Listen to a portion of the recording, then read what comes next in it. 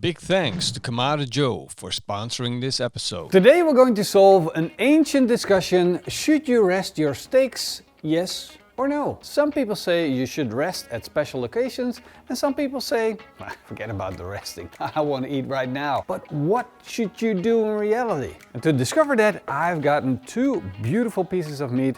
These delicious picanhas are going to be our subject in this test. One of these picanhas is going to be rested for 20 minutes and the other one is not going to be rested. And then we're going to take a look at some examples of what types of meat you should let rest and when resting is nonsense. Let's prepare these picanhas so that they're ready for our experiment. The first thing that I'm going to do is trim up these picanhas. I want to get rid of the silver skin and cut them up so they're almost a similar size. Once they're clean looking, it's time to start working on the fat cap. I'm going to make incisions diamond shape of about 1 centimeter in size. And that's an important step because once we start cooking, those little details matter. I'm going to put a lot of salt on that fat cap and I'm going to rub it in between the cuts. And that will ensure that once we start cooking, the fat cap will crispen up. Of course, the meat size is also going to take a little bit of salt and then they're ready for the barbecue. I'm going to be cooking on the Kettle Joe and I got it set up currently with my slow roller installed. And the first thing that I'm going to do is take off the slow roller, then load it up with charcoal and add 2 fire starters. I'm going to light that up, adjust the charcoal a little bit, and that's going to take around 10 minutes to be fully lit. And I don't want the grill to be hot just yet. We're going to smoke our beautiful picanhas at a low temperature, which means, well, low is around 110 to 120 degrees Celsius. I just need the fire to be hot enough for this thing to start smoking. So there we go. As the next step, I'm going to put on the slow roller. It creates a parabolic effect of smoke in your barbecue that makes your food even smokier. Time to put the picanhas on.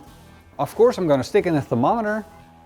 And now it's time to let them smoke. Top vent to 2 stripes open, bottom vent to 1 finger open. I set the goal temperature for the picanhas at 54 degrees Celsius, which means that's what the end result should be when we're done. And now I'm already at 49 degrees Celsius, and that means we're really close to the end goal. We're gonna take a look at this picanha, but my bet is that it looks good, but we didn't get that crispy exterior on the fat yet. And that's because I've been smoking my picanhas on a low and slow setting. So I'll let them come up to temperature real slowly, but now I want to work on my crust. I'm going to remove the slow rollers and set it up for direct heat. I opened the bottom vent all the way open so we get a maximum amount of airflow, and now the charcoal has to start up again, get to higher temperatures. I already put the picanha down with the fat cap pointing towards the hot charcoal. The fat will start melting and drip down into the charcoal, and that's going to create flare-ups. Now, of course, those flare-ups are dangerous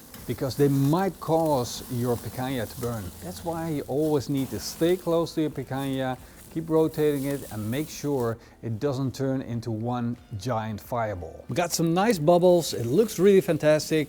This crust is good enough. Time to take this picanha off the grill. I'm going to set the timer and I'm going to let this picanha rest under a sheet of aluminum foil for 20 minutes. I'm going to continue to cook my other picanha, which is a little behind, about 3 to 4 degrees.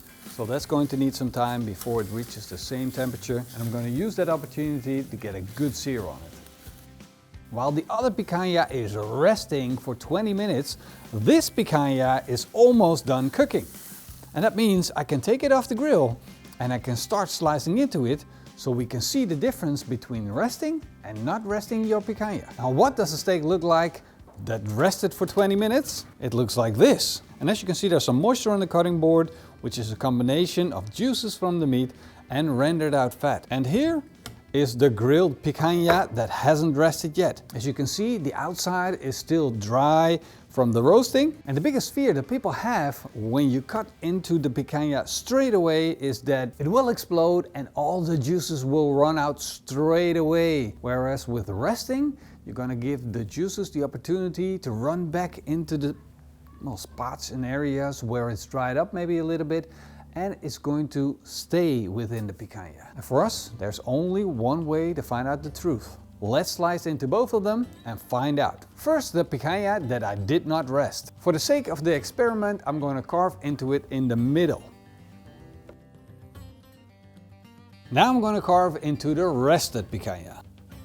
Of course, both picanhas look good. They got a nice smoke ring and they got a crusty exterior, which is important when you're cooking picanha. But those are the things that the picanhas have in common. This picanha, the one that I rested, is cooked further than the one that I didn't rest. Resting the picanha is a part of the cooking process. Resting the picanha allows it to cook a few degrees further. So this one that I took off at the same temperature now is less cooked than the one that we rested. That is one difference. The other difference that you can see is that the picanha that has been rested has been cooked more evenly throughout. Of course, the heat all this time came from below, the charcoal was there sitting, and of course radiation heat was going up into the picanha. But the rested picanha doesn't seem to mind, whereas the picanha that I didn't rest does have a problem with heat distribution. But if you're worried about losing juiciness when cutting into a picanha,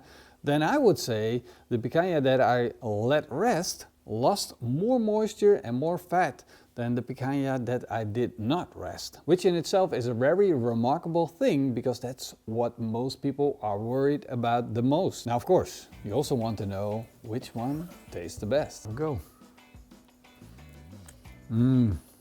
Very juicy, very tasty picanha. A little bit of smoke flavor, nice sear flavor, juicy, tender, a little bit of that fat for extra beefy flavor. That rested picanha, nailed it. Not rested picanha, tasty, very good picanha, but noticeably, who comes up with that word? Noticeably less juicy, but just as flavorful, except less juicy. And now you know why I rest my steaks.